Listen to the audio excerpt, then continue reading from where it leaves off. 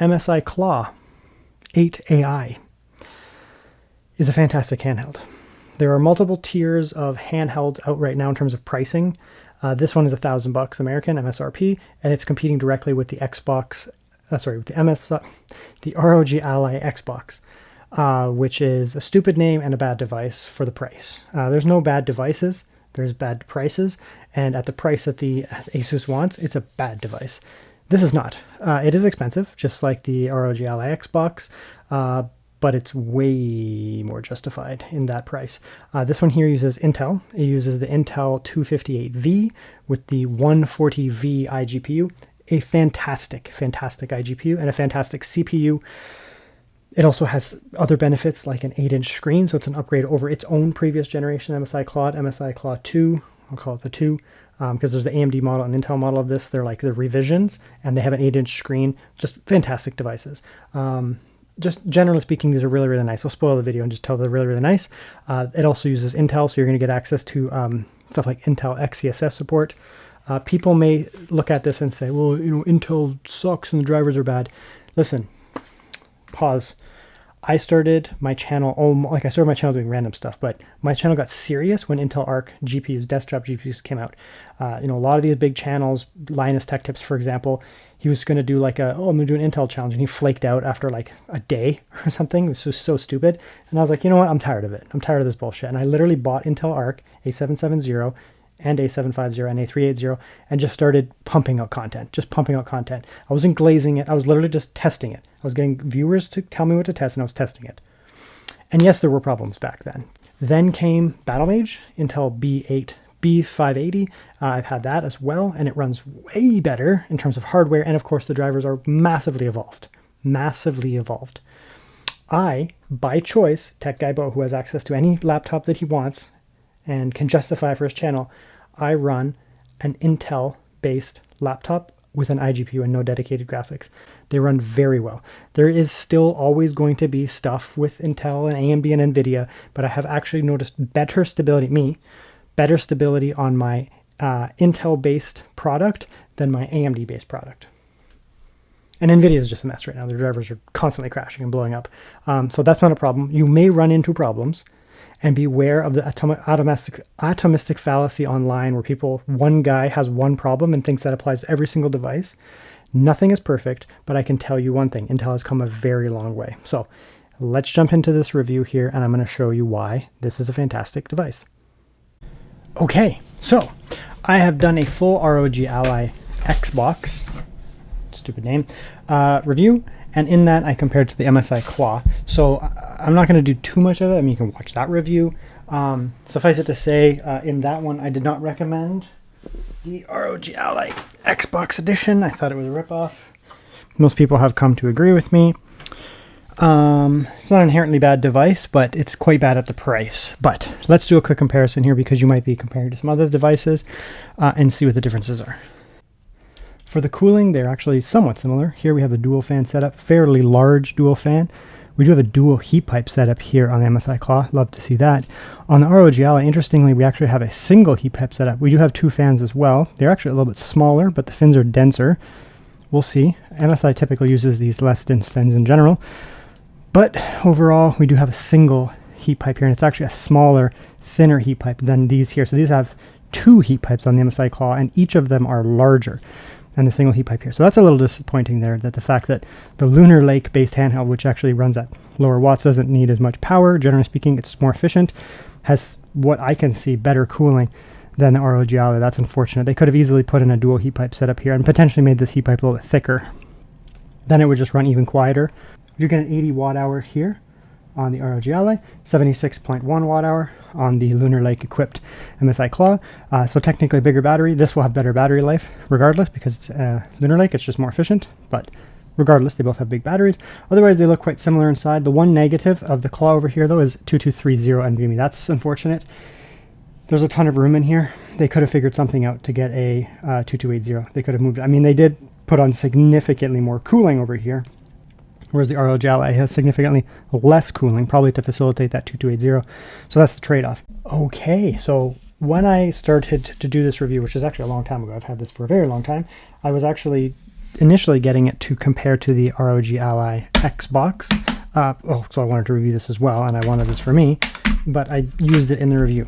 And one of the things I pointed out was that the MSI Claw has the negative of having a 2230 size NVMe, which is unfortunate, to be honest, because they only go up to 2 terabytes right now. They're also more expensive, so 2 terabytes of storage here, generally speaking, will cost more than a 2280. Not always, but generally speaking, yeah. So what we're going to do here is we're going to unplug this here, and we're going to install a adapter. So I picked up this off of AliExpress. So that's that there. Okay. Just take that out. I'm just not I don't know if I had to take this out, but I took it out anyways, just because it might come over. So the way that this works here is it's basically a 90-degree adapter, which you plug into there, and it will allow you to put in a 2280 size NVMe, which of course then for one thing, they cost less. They generally have better performance, not always, but generally speaking, as a rule, you can get better performance. I don't recommend getting the most performant NVMe's in here anyways.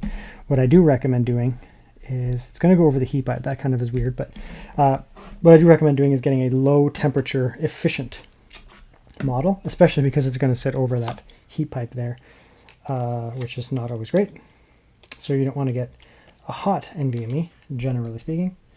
So you want to get an efficient one.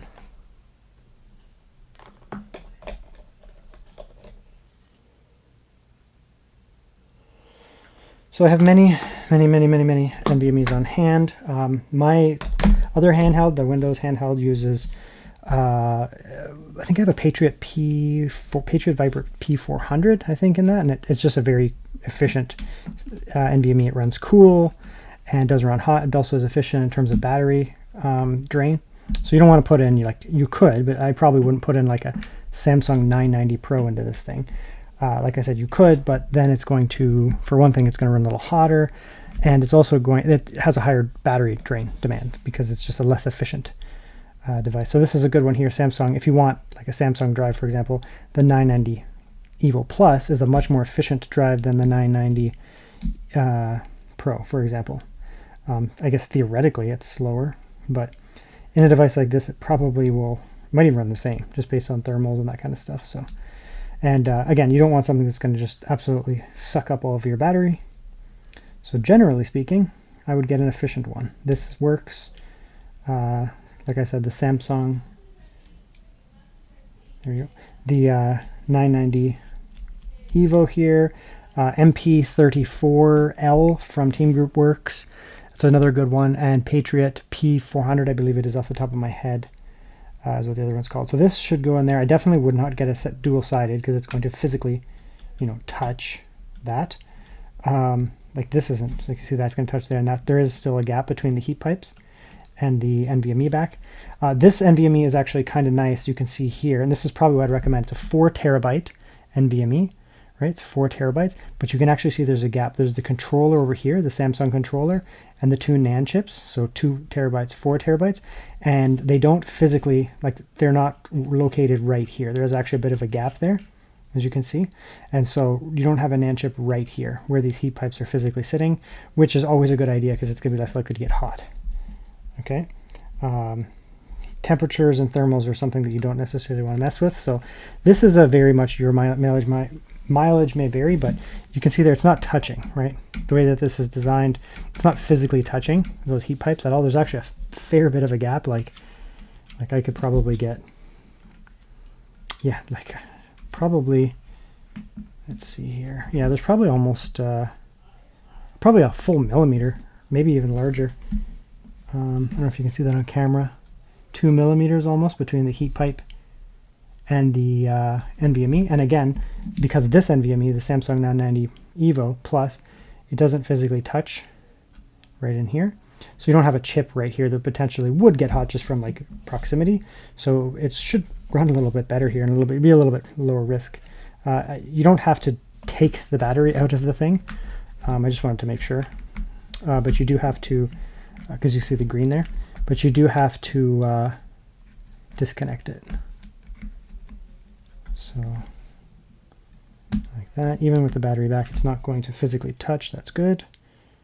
Okay. Take that out. That's going to kind of, you could slide it under the green, but taking the battery out will help it get in a little bit easier. Yeah, very good. Just like that. And again, that's still not touching, right? So I would be hesitant if it was physically sitting on top. Maybe not so much with my NVMe here, because it doesn't have NAND chips right there that could like get hot and desolder. These pipes should not be running at like solder melting temperatures anyways, but you never know. So it is nice that they're also not touching on top of that. So let's just put this back together here. It's actually very easy, to be honest. I remember the days of the Legion Go 1. It was like such a pain in the ass to get a 2280 in there. But not anymore.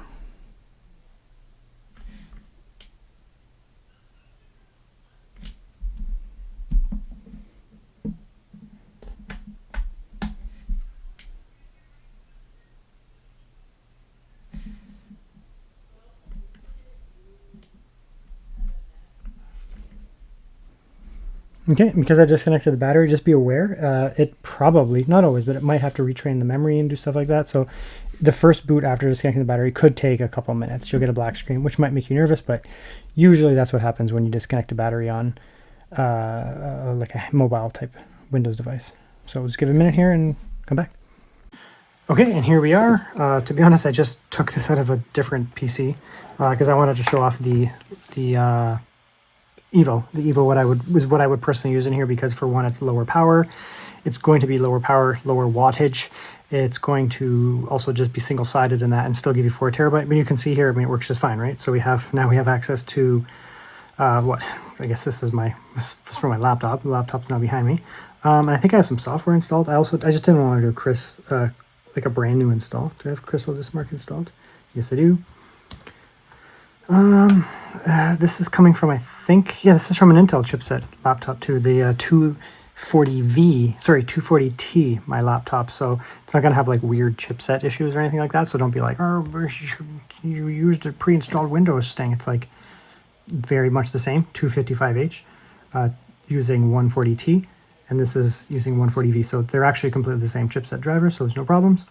Anyways, what I'm getting at here is it runs just fine. It looks just fine. Let's come in here while that's running and go hardware info. Go like that. And go like that. So that's fast. I do want to check the temperatures though, because it is sitting on top of a thing. So that little adapter clearly is just straight up Gen 4 capable. Okay, don't need you. Don't need you. NVMe, where are you, NVMe? Where are you? There you are, Samsung. There's the temperature.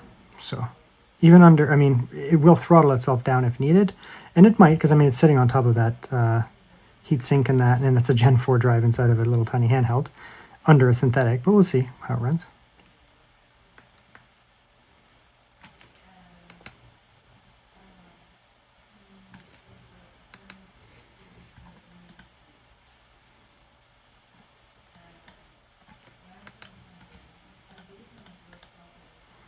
Yeah, so I mean, it's running fine. We can run all the way through here, but we're not getting, severe throttling or anything like that.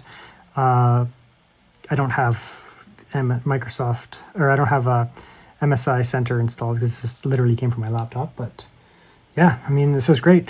So just if you're going to be using the adapter, just be aware you definitely are going to want to use a single-sided NVMe. There are lots of single-sided NVMEs that can go all the way up to 4 terabytes. I would not put an 8 terabyte in here because they're all dual-sided, and it'll just cause heat issues. I would not do that. Dual-sided are out, but that leaves you lots of options for single-sided. You could get, for example, a Samsung 990 Pro. I would lean towards a Samsung 990 Evo. Plus, it's going to be very performant, but it's going to run a lot cooler. I just think it's a better call. It's also going to be better on the battery. This is pretty full drive. It might even be almost completely full. Let's see here. Don't remember. Yeah, it's pretty full. But yeah, you can see, it's going to run just fine here. The battery life, of course, it'll be drained a little bit faster, potentially using a bigger NVMe. And if you put in something hotter and heavier, Samsung 990 Pro, it'll run a little hotter. But anyways, it's running well. So that's an option for you if you want to get an adapter. It cost me, I think, 20 bucks for that adapter there. You don't have to do it. I mean, you can still get 2 terabytes out of this. You can slap in an SD card, whatever. But if you really do want more storage, I mean, this is actually going to one of my friends, another YouTuber. His name is Gamers Generation. He's taking it off my hands and probably going to do his own reviews. So check out him, Gamers Generation. I will put a link down below to him. He'll probably comment and then I'll pin it or something like that. But he's going to get it, and we'll see if he wants to do that. I'm not going to, because this is going to him. But yeah, if you're not comfortable with it, that's fine. You can still get these, and you can get these up to 2 terabytes. I have one right beside me, 2 terabyte of these. And they're, for right now, they're reasonably priced. But the adapter here, I mean, yeah, it does allow you to get a lot more storage for an actual very reasonable price. So unfortunately, I don't have a Legion Go 2 anymore. I had one, but it was just a loaner. These are mine. I own both of these. I will show you some variances here. Now, the MSI Claw is kind of probably the perfect size for most people. It's an 8-inch screen, and this body reflects in the 8-inch form factor. It's kind of perfect. I actually rock a much larger handheld. It's off camera. 1X Player X1.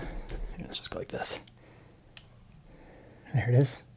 There's some big boys. I have 2 of them. 1X Player X1 Pro, X1 Air. They're like 11 inches. They're not common. I'd say most people aren't going to go for that size. Fantastic if you are, but they're probably not for most people. Legion Go 2 is 8.8 inch, so it's a little bit bigger than this. The chassis is a little bigger. Screen's a little bit bigger. This one here is an 8-inch, which I find is the sweet spot. 7 inches is dead and gone, to be honest. There are some devices that are 7 inches, but typically the physical device is smaller. So you shrink the device down in size, like a 1X Fly, which, the handheld is this big and the screen is this big. So it makes sense. You get a small device that's very portable and a screen that reflects that. This one here is a physically large handheld. It's not like a behemoth, but it is a physically large handheld, but it has a small screen. Whereas the MSI Claw over here, I mean, there's not actually much of a size difference here. You can see me, right? There's not much of a size difference at all.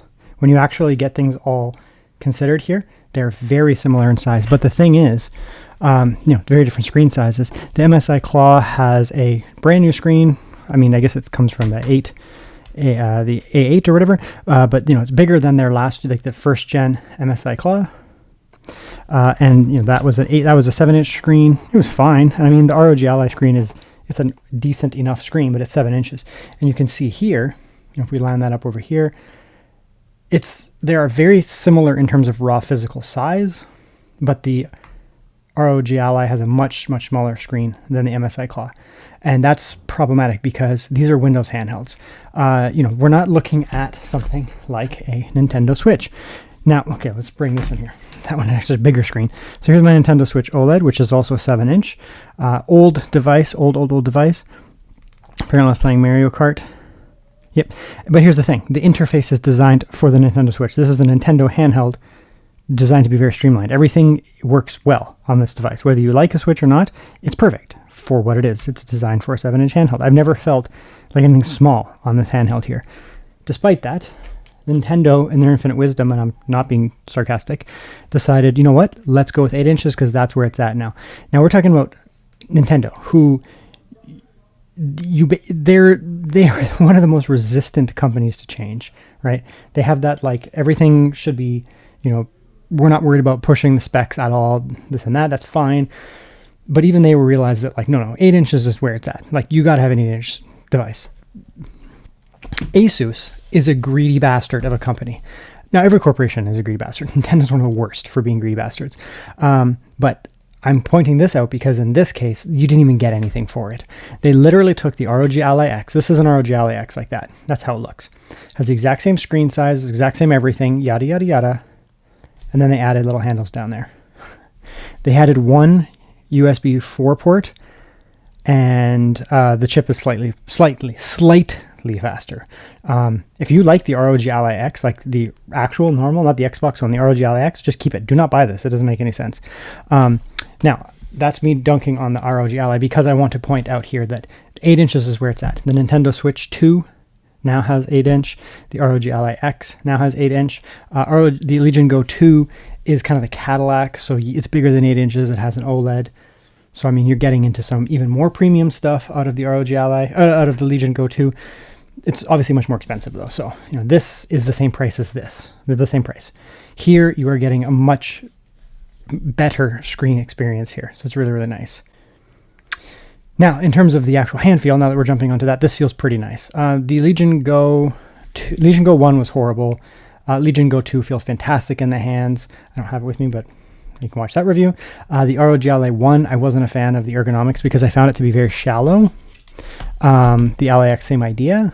This here has a better hand feel than the ROG Ally X1. Much better hand feel than Legion Go 1. I didn't like the Legion Go 1. Probably not quite as nice as the Legion Go 2, although Legion Go 2 is very big, so some people may not like that. And the ROG Ally X here, I mean, from a hand standpoint point of view, is probably the best ergo. Like, it feels very nice in the hand. It literally is a controller, right? Like, so it's going to feel fantastic in the hand. And it does. It feels fantastic in the hand. But that doesn't mean that this feels bad. This still feels quite good. You get nice rounded there. It's physically big enough for my hands. Like, I'm a little bit taller than average. I'm a little slightly over 6 feet and a little bit lanky, so my hands can be kind of big. And I have no problems with this. It feels quite nice. Front firing speakers here coming out right into your ears. That's nice. Very, very good. Now, there's some really nice features on this as well. We'll talk about kind of the buttons while we're at the ergo side of it. You know, weight is good. Not too much weight. It just generally feels nice. Fairly light, actually, for an 8-inch handheld. No problems. We do have some really nice buttons on it as well. It has the Xbox style layout, staggered, which I prefer over the Sony style. I still like Sony, but you know, this is my preferred now. The D-pad is quite nice on this. It's kind of a sunken down D-pad. Feels fantastic. I really like this D-pad. I've been playing a little bit of games with the D-pad, not much, but a little bit, and I do like it. This is okay. It's okay. I don't have a problem with it, but it's not as nice. It's just like, it's like fine. It's fine. I don't have a problem with it, but this is better. The joysticks are good on both. They feel very similar, to be honest. This is a little heavier. This is a touch lighter. I'd say I probably prefer the heavier feeling of them, but it doesn't really matter. Now, on that note, this is a Hall effect stick. This is not a Hall effect stick. Asus also cheaped out on the joysticks, where here you get Hall effect magnetic, significantly less likely to get joystick drift. These aren't like replaceable. Like, you can't just take that off and throw it out like you can with like a Legion Go 2 and put a new one on. You actually have to take the device apart and replace the whole mechanism. So you don't want drift on these things. So being Hall effect is important. These are not Hall effect. These are just generic joysticks. Another way that Asus is cheaping out here. So you're probably going to get drift over at some point. Like, we all know how bad drift can be, right? My original V1 Switch, I replaced the joysticks, like the thing. It actually wasn't too hard, but I did it twice. But I'm a tech guy. Like, most people are not. So that's cheap on there, but these are good. It's very nice. These buttons here are nice. You know, you get your start and select buttons. You get your, I don't know what they, like your MSI center. There it is, MSI center. I guess they still call it MSI center overlay. Your little Xbox thingy, whatever, no problems. Buttons feel good. No problems with them. Actually, these feel almost exactly the same, which is weird. Like, they're like the same, literally the same buttons. It's funny. They might actually be the same buttons. They have a different font, but they might like be from the same factory. That's weird. I didn't notice that until now. Buttons on the back here. These two feel quite nice, and the location of them is fantastic. I've never had, I don't use them much, but they're right under my fingers. I have no problems with the placement of those. Oddly, the ROG Ally ones are very poorly placed. Like, they're actually a little bit far out, because I want to hold it like this. Actually, that's natural for me to hold it like that, because it's a very ergonomic controller. And then I have to release my middle fingers and put them, but my fingers are kind of long. So then as a result, I have to actually move my hands out so that they can sit on there like that, or do some like weird claw grip. So it actually releases my hand, based on my hand size, from that if I want to use those. Whereas what I want to do, because it is an ergonomic feeling controller, I want to hold it like that. And now, like, that feels weird to press. So it's a little weird. Probably not a deal breaker, but it's a little weird. Shoulder buttons here, very clicky. I really like these shoulder buttons. These are okay. No problems. I just prefer that, but whatever. These have a much larger shoulder. These are much smaller, but they feel like the same. I have no preference towards one or the other. I might lean towards the larger one just based on my hand size, but I don't think most people will care. They're the same, basically. It's no problem. So that's the ergos of it. Buttons are really, really nice on the MSI Claw. I like them quite a bit. Very, very, very nice. Of course, in terms of ports, you do have your SD card. and you have dual USB 4, and Asus decided to be cheap bastards once again and put one USB 4 and one generic USB-C. Like, how much are they saving? $1 per handheld? And they're like, well, if we sell a bunch of these, they'll add up, which it will. But that just shows how much penny pinching they're doing. Same literal screen, like cutting one of those out there. I mean, the chassis is almost the same as the original, like the ROG Ally X, just with these put on. They probably like almost use the same machining and stuff. Like, it's just so cheap. It's actually thicker too. I forgot to mention that. It is actually physically thicker than the MSI Claw. So it's slightly smaller, very, very, very slightly smaller in terms of footprint, but it's actually thicker. And that's why, you know, there's a weight issue. Very good. But anyways, I mean, yeah, it's fine. The Legion Go 2 has the same idea, dual USB 4 and SD card. You can get some handhelds like my ones that are off camera also have Oculink. Oculink is great because it will help with eGPU performance, but you can still run eGPUs off of this. So if you are running an eGPU, you can run one off of that, and you could run, you know, your games off of that as well. I don't actually put too many games in the inside. I typically game off this tiny little thing. It weighs nothing, and I just dangle it off. And then as a result, I can use an eGPU if desired. You don't have to, but you can. So very, very nice. Yeah, it's a really, really nice handheld that way. So the ROG Ally, Asus is just doing whatever the F they can to keep this thing cheap. Like, they're cheapening out on the USB port, right? They're cheapening out on this and that. Look at this fucking screen. This handheld is not much smaller than this. They're very similar in size, right? There's a little bit here. This thing's actually thicker than this. This is thinner. A little bit, tiny little bit less wide, and a tiny little bit less tall. But it has a 7-inch screen, 8-inch screen, 7-inch screen, 8-inch screen. Even Nintendo, the demon of the gaming world, who will never change, went with 8 inches. Even the Steam Deck, the original Steam Deck, they had the Steam Deck 7 inches, then they made the Steam Deck OLED, and they made it bigger.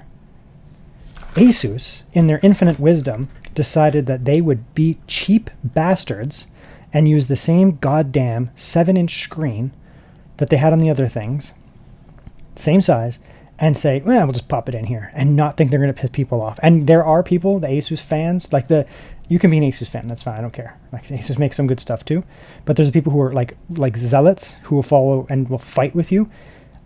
This is a bad look, and the vast majority of people online agree this is a bad look. Having a 7-inch screen on a handheld of this size when everybody else is going to 8 inches with a form factor of this. This is not an X1 Fly from 1X Player where the physical handheld is like tiny, like the whole handheld is this big, and that has a 7-inch screen. Sure, that's fine. I'm fine with that because the whole handheld is tiny, right? This is a large handheld. This is a physically large handheld, and it has a 7-inch screen. It's asinine. People will say, well, the original Steam Deck, you know, it's amazing in 7 inches. Kind of. I mean, the original Steam Deck has a shit screen. I don't care what anybody says. It has a shit screen, bad colors, whatever. It works because it's cheap and because it's the first. And also, Steam OS is not this. This is a hard to navigate interface. Everything is so damn tiny on this ROG Ally. Everything is so damn tiny. These little tiny micro fonts here versus these much larger things. I even like larger than this, like larger than the MSI Claw. I like the Legion Go size, 8.8 inches, or even bigger, to be honest. But I'm not going to crap on anybody for 8 inches. 8 inches is like a reasonable middle ground, and I think the average person would settle on 8. 10.95 inches is not for the average. That's for people like me who are like want that like extra screen, want to use it as a hybrid device. That's for me. You know, the Legion Go is kind of like the Cadillac, 8.8 inches. It's more expensive, right? It's more expensive than both of these, yada, yada, yada. But these are the same, these handhelds cost the same price. These handhelds cost the same price. Yeah, I don't want to harp too much on it because I think it is an absolutely pathetic decision that Asus decided to put another goddamn 7-inch screen on these handhelds. And I'm going to be frank, I'm not keeping both of these handhelds. And it doesn't matter how well they perform, it doesn't matter how good they feel in the hand. I can't deal with the Asus 7-inch screen. In Windows games, modern PC games, it is unenjoyable. Now, do not think that because these do not have OLED screens that they are bad screens. That is not true. OLED will enhance blacks. It will give you an absolute black. If you get an IPS screen, you will not get absolute blacks. What does that mean? So here you can see that there's obviously, this is not a pure pitch black because there is light coming out of that. People get confused with OLEDs and they think that OLEDs have better colors than IPS, and that's not true. It can be true when you are comparing a better OLED screen to a worse IPS, but that's not necessarily. OLEDs give you absolute blacks. That's it, period, full stop. Okay, and you get really good refresh rates. That's it. After that, now we get into color space. If you look at the Steam Deck 1, Steam Deck 1 had horrible color space. Compared it to the ROG Ally 1, the ROG Ally 1 had a considerably better color space, so it looked much better than the Steam Deck. And then if you compare it to the Legion Go actually had a better color space than the ROG Ally 1. Therefore, the Legion Go looked better than Ally 1, which looked better than the Steam Deck. And they were all IPS screens. Okay? Then when you got into the OLED Steam Deck, it actually looked quite similar to the Legion Go because it had the same color space. However, it had better blacks. So what am I getting at here? I use an IPS handheld. I have the pick of the world. I can buy whatever I want. I use an IPS handheld. I like dark OLED blacks. That's why I have a Switch OLED here. It looks fantastic. I love the OLED blacks. But what I'm mainly concerned with is having very good color space. High color space will give you more rich reds. Between the two of them, the MSI Claw does look better here. Not just size, the actual color space looks better. The blacks, they might look different on camera, but to me they look the same.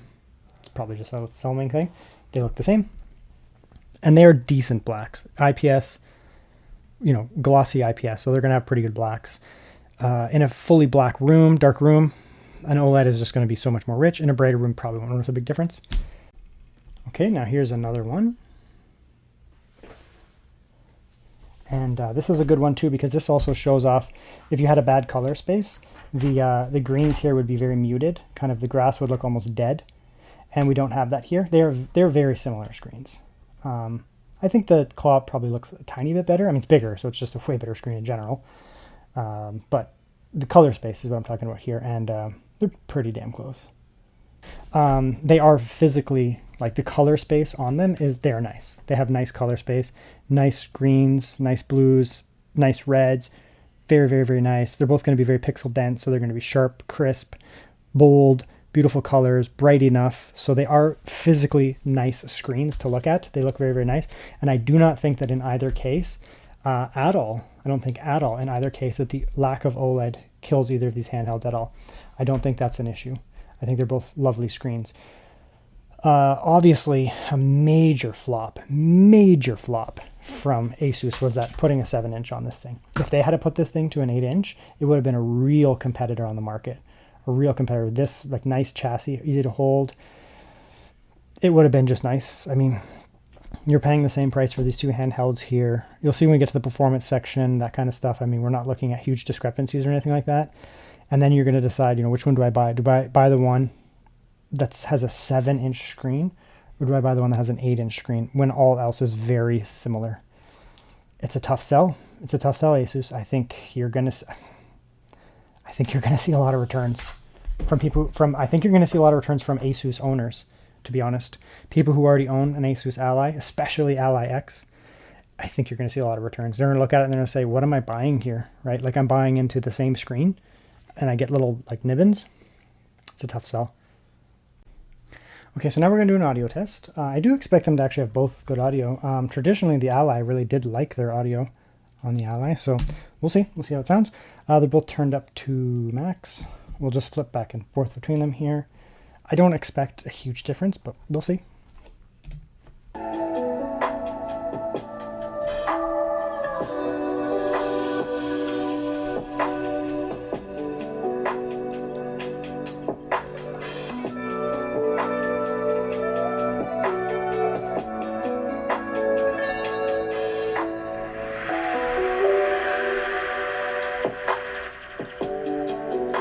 Okay, come over here.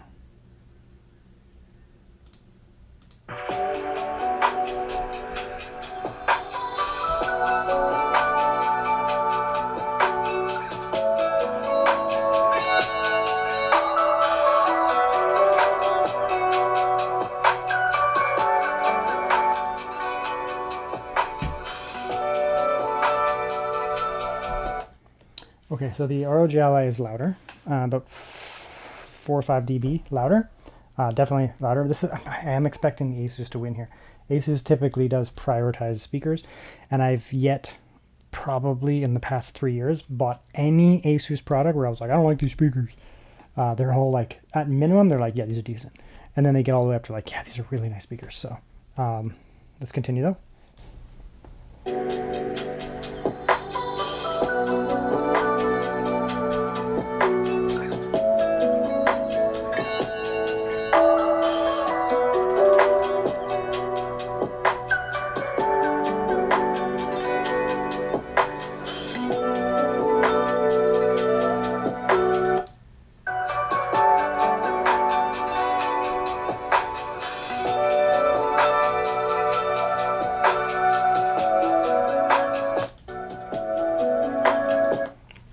Can't believe I'm going to say this, but I actually like the MSI Claw speakers better.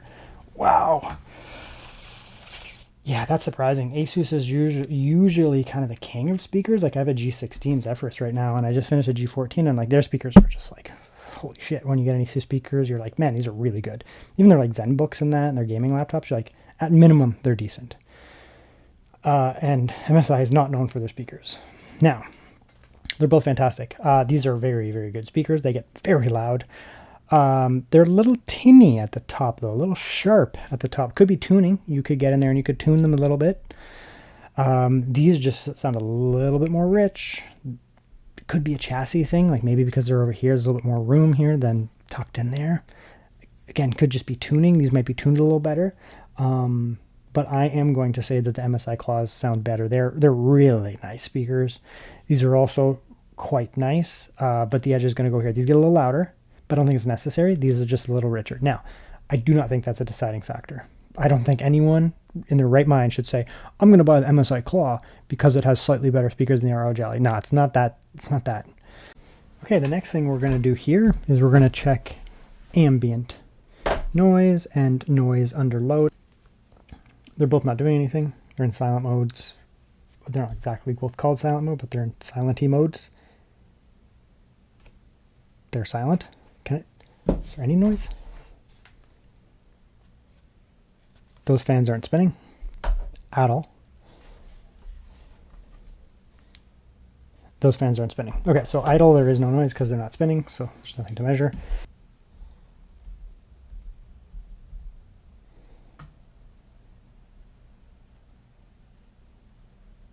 Slightly above ambient, but very quiet. Fan is going.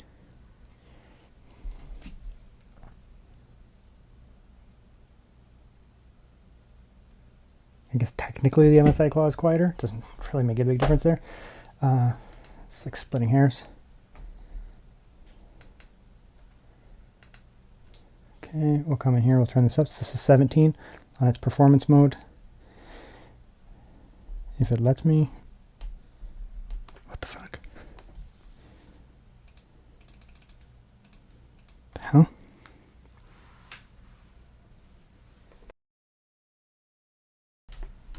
They both did. So they did slightly pick up their noise here. Ever so slightly. Why is this? It's so weird. It's like buggy. What the fuck? What? Jesus. Stop, Asus. God, it's so annoying.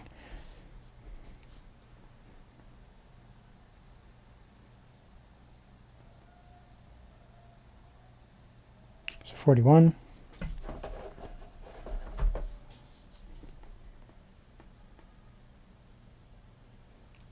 Yeah, the Claw is quieter. I mean, it makes sense. The Claw is has dual heat pipe. It's just more thermal mass.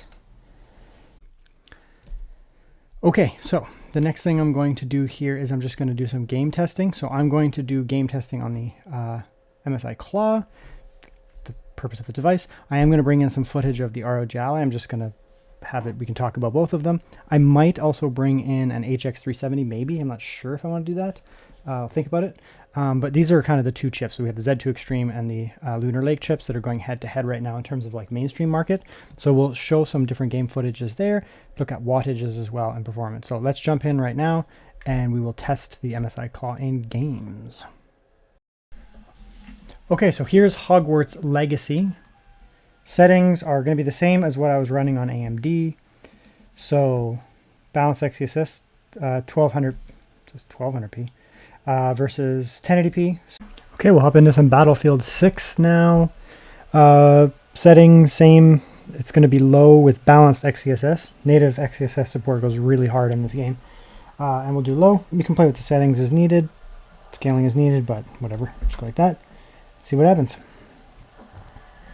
It's been a while since I played, so I'm going to suck, just so you know, but that's okay.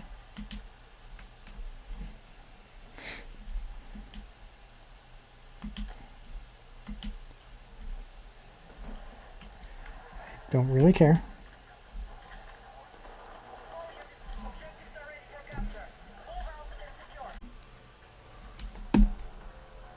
All right, let's play some Battlefield 6. We can check the settings in a moment. But let's just jump in. Should be, in theory, same. Let's quickly come in here. We'll just go like this. Graphics, low. Yep, that's good. XeSS balanced. Looks good. Okay, let's jump in.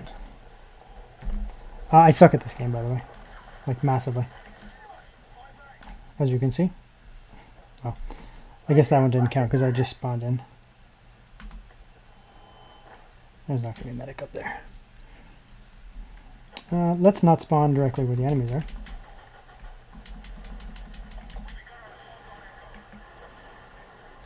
Okay.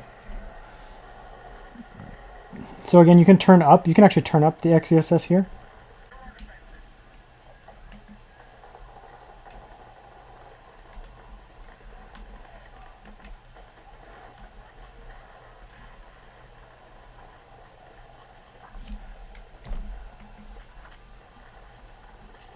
Oops, I did not mean to do that. I literally bumped that as I was looking to the left.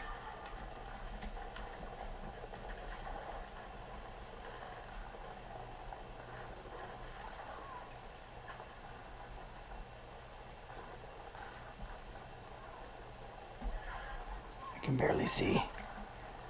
I need to bring the thing closer to me, but it's in a really good spot for the camera.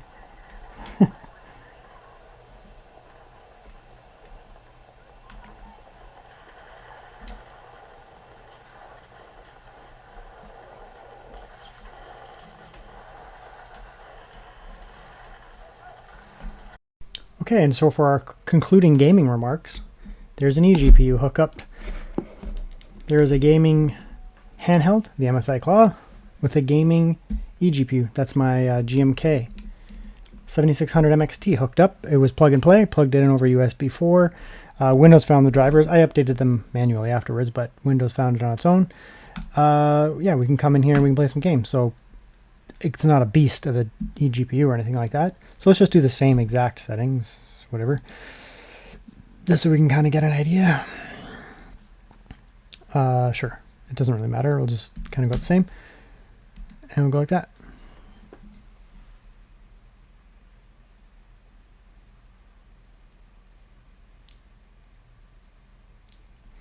Now there are more powerful eGPUs as well.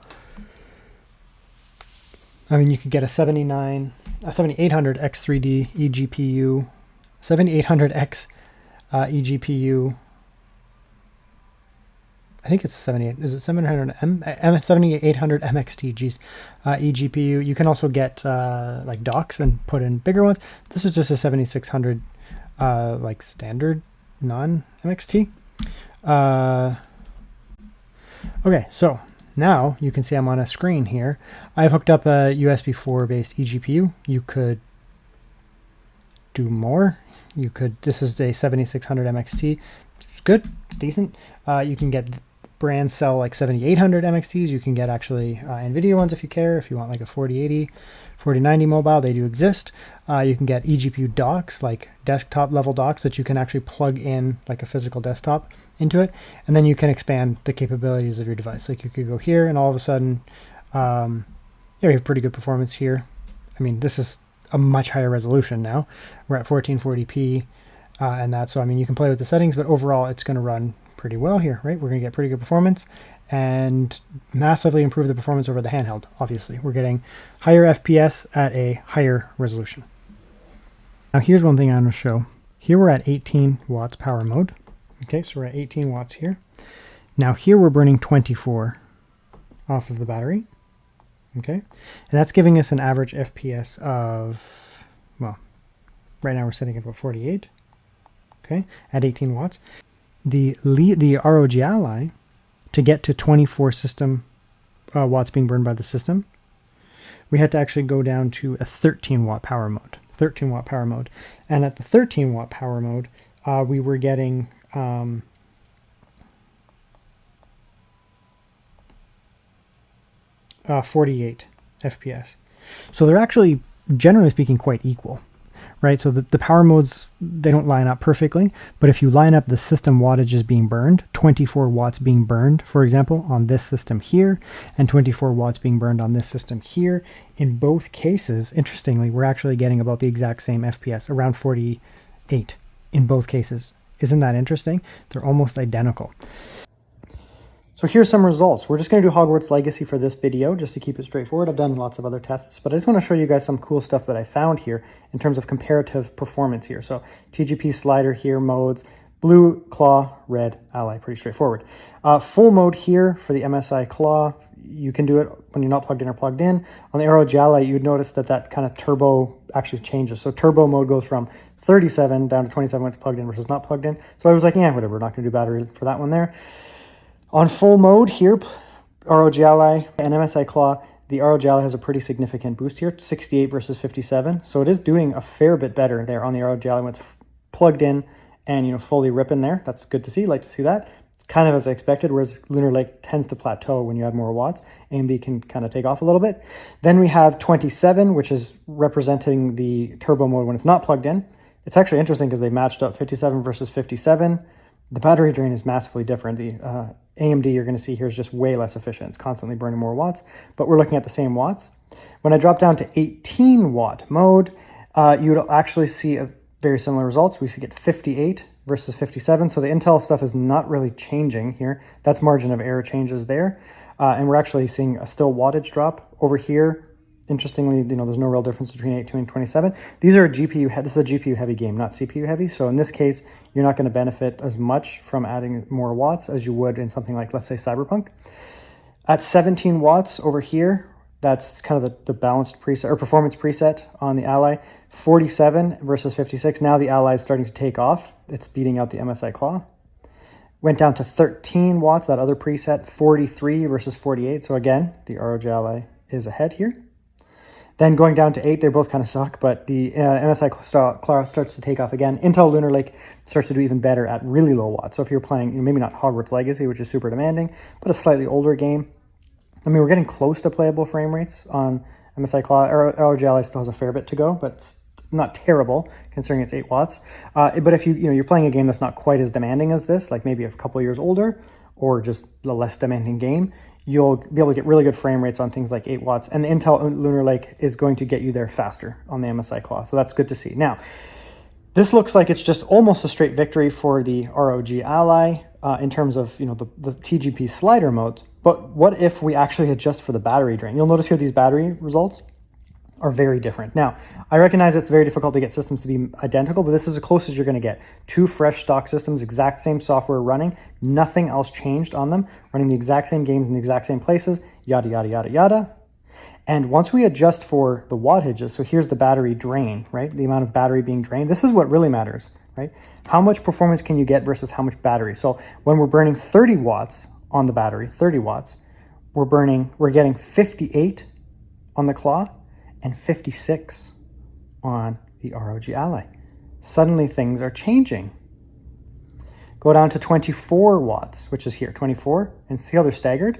See how they're staggered here? They don't line up because the ROG Ally needs more watts to get to those same performance. 24 watts, we're actually matched up again. 47 versus 48, again, margin of error differences there. Like I wouldn't consider the Intel technically faster. These are like margin of error differences. And then when we drop down the watts even more, and we're sitting around 15, 16, 17, and those kind of watts, they bounced around a little bit when you're getting lower. Interestingly, here you're actually getting totally different performance And actually, the Intel here is at 15 watts. The AMD is at 17 watts, and still the Intel is more efficient and doing better. So the picture here is at plugged in, full performance, ROG Ally wins. You can plug it in. You're not worried about battery life. It's going to beat the ROG Ally. It's going to beat the MSI Claw in Hogwarts. There are going to be games where the Intel specific performance, that's just the way it is. And there's going to be games that perform AMD. I find Hogwarts is good on both of them. It actually does very good on both of them. It really does not do well on NVIDIA, but Hogwarts Legacy does do quite well on both of these GPUs overall, like as a rule. So on full performance mode, maxed out, yes, the ROG Ally seems to be able to do better because it's able to just pump more watts in, and it doesn't plateau as much. Whereas the Intel one, it really seems that once you hit 27 watts, there's no benefit even more. I mean, even 18 watts realistically is where you're kind of almost capping. It doesn't do much beyond that. Whereas the ROG Ally, once you really boost it, it does seem to benefit. Once you get down to these lower watts down here, meaning, you know, you unplug your device, you take it with you, and you're traveling with it, this is where Intel's going to really dominate quite a bit, actually. It's going to really dominate. It's going to be slightly faster, if not way faster, once you start to get to those really low watts. So plugged in, the ROG Ally is doing better. On max mode, just max it out, getting better efficiency, getting more performance without consideration for efficiency. When you're actually looking at performance to watt, you know, battery drain, the Lunar Lake is at least as good, or in many cases better, when you start to get to those lower watts. Okay, let's conclude. So the MSI Claw, I think, is a very good buy. It's expensive, it's about 1,000 American dollars. Last generation stuff was a little bit cheaper. We have a couple things going on here. One, we have new tech. So this is using the new Intel Lunar Lake. You know, they have the AMD version of this, which uses the Z2 Extreme. It's another option, I guess. Hard to find, but it does exist. But then we also have, you know, inflation in general going up, prices going up. We also have, you know, just generally speaking, things getting more expensive overall. But this has actually improved, right? So if we look at something like the Xbox, the ROG Ally Xbox, it's really not that much of an improvement. They added handles to it and added a tiny bit more performance. I'm talking like 5 to 10%. That's it. And everything else is recycled. So it's bullshit, in my opinion. This is not a recycled handheld. So if you look at the Xbox, if you look at the MSI Claw 1, this is a huge generational improvement. It has a better chassis, better ergonomics as well. Not that the MSI Claw 1 had bad ergonomics, but it's just generally better. It has a way better screen. 8 inches is a very good screen. So 16 by 10 aspect ratio, 8-inch screen. This is what I want to see. It's very enjoyable to play on this. I've been using this for 2 to 3 weeks. It's awesome. Other things that are really nice about this as well, obviously, you're going to get that Lunar Lake chip in here, giving you the 140V iGPU, which generally speaking performs about the same as the 890M and AMD, more or less. Sometimes it's faster, sometimes it's slower, depending on the game. It is more efficient. The Lunar Lake stuff is just generally more efficient than AMD, so you need less power to get the same amount. So when this thing's at its peak performance, it doesn't need as many watts as AMD to get to its peak performance. So just be aware of that. And at their peak performance, they're basically the same. So that's something to consider. One major selling feature of this is that it has the Intel XeSS hardware level support. So any real modern GPU can use XeSS, just like any modern GPU can use FSR. Those are upscaling techniques. XeSS on here, it actually has hardware level support. So what that means is if you buy like an Intel Arc desktop GPU, for example, and it uses XeSS, that performs better on Intel hardware than it does on AMD hardware or NVIDIA hardware, just the way that it is. So if you use this handheld here, and you throw on, for example, Spider-Man 2, and then you get the exact same scene, and you do it on AMD, this with no scaling, they're basically identical. They have the exact same performance. It's like actually weird how close they are, like one frame to one frame. They're exactly the same. But if you throw XeSS on, so scaling on both of them, which you should do because it's going to help with performance massively, this then is faster because it's getting hardware level support. And you can also potentially see like benefits in terms of visuals as well. So generally speaking, it's just better than AMD in terms of just like raw performance because it has access to XeSS native support. Not every game has it, but when they do, it looks better. There will be some games where AMD is faster, and there will be some games where Intel is faster. So it really is just a trade-off, but generally speaking, they're basically the same in terms of like which the raw performance, but the XeSS does set it ahead for me here. 8-inch screen is fantastic. I don't think that this is a competitor for the Ally, Xbox Ally, because I think it crushes the Xbox Ally. So really what I see, around the $1,000 mark, $1,000 mark is going to be this handheld pretty much alone. I don't really see anything else at that at all. So it's this. Of course, when you go up then to $1,300, then you're getting into Lenovo Legion Go 2 territory. There's nothing else really around there. It's just a fantastic handheld.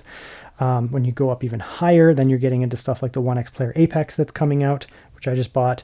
And then you're getting, crazy good performance, but you're paying for it. So there's like Apex level, Legion Go 2, MSI Claw 2, and the Ally is just not even in the discussion. It's just out here. I know people who are like, they want confirmation bias. People will buy the Ally, and then they want me to tell them that it was a good purchase. But it's your money. You can do whatever you want with it. But I wouldn't buy it. I did buy it, and I wasn't happy with it. And then below this, there's a lower price. And then there's, the Legion Go S, for example. Legion Go S would be, going from $1,000 down to like $700 or $800. And then when you go even further down to like $500, there's not much there. You're probably getting a used something. There is, or a Steam Deck as well would be in there. So, there's a pretty good hierarchy of which devices I would recommend. And at the $1,000 price range, approximately, they'll go on sale too. But right now, like MSRP, $1,000, it's the MSI Claw. Like what else you can buy, honestly. So it's very good. I like it. I don't have any real complaints about it other than maybe the 2280 size thing. But this adapter for $20 solved it and seems to be fine. So it's a great handheld. Check out Gamer Generation's video, who will come after this. He's going to get this physical handheld. He's going to have it, and he does more handheld stuff than I do, like repeated handheld type stuff. So, check his stuff out as well.